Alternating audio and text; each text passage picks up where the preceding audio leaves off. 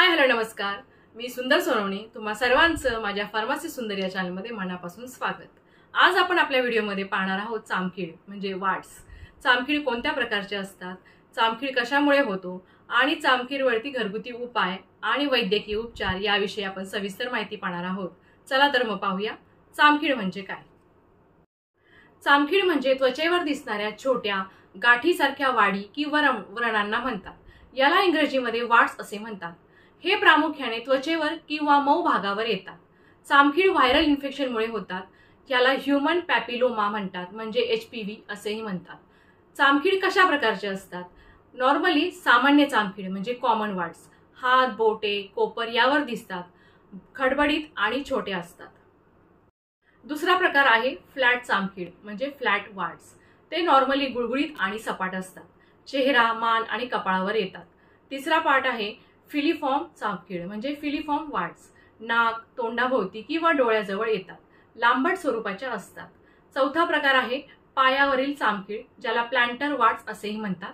पायाच्या तळव्यावर होतात आणि चालताना वेदना होतात। नेक्स्ट पॉइंट आहे आपला चामखीड कशामुळे होतात। नॉर्मली चामखीड HPV व्हायरस संसर्ग झाल्यामुळे होतात। त्वचेतील कट किंवा जखमांमुळे व्हायरस त्वचेत प्रवेश करतो।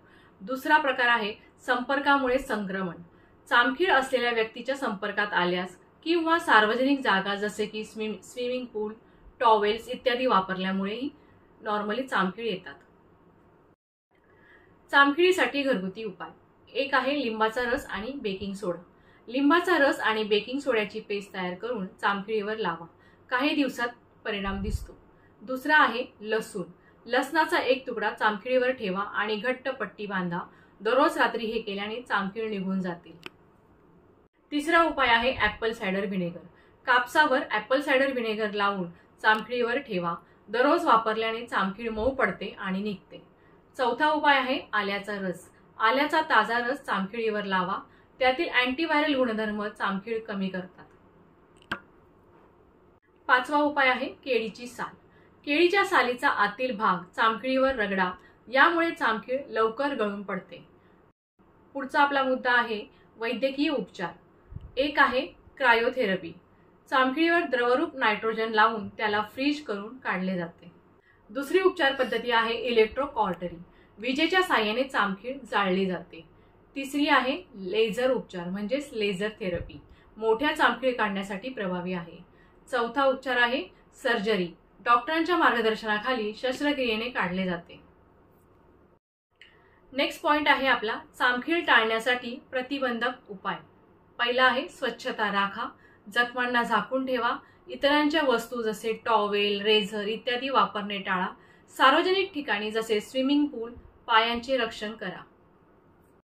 नेक्स्ट आपला पॉइंट आहे सावधानता। जर चामखीड वेगाने वाढत असेल किंवा खूप मोठ्या प्रमाणात होत असतील तर त्वचारोग तज्ञांचा सल्ला घ्या। आय होप हा व्हिडिओ तुम्हाला आवडला असेलच। Do like, comment and share with friends and relatives. Subscribe my channel Pharmacist Sundar and click on the bell icon for notification. Thank you.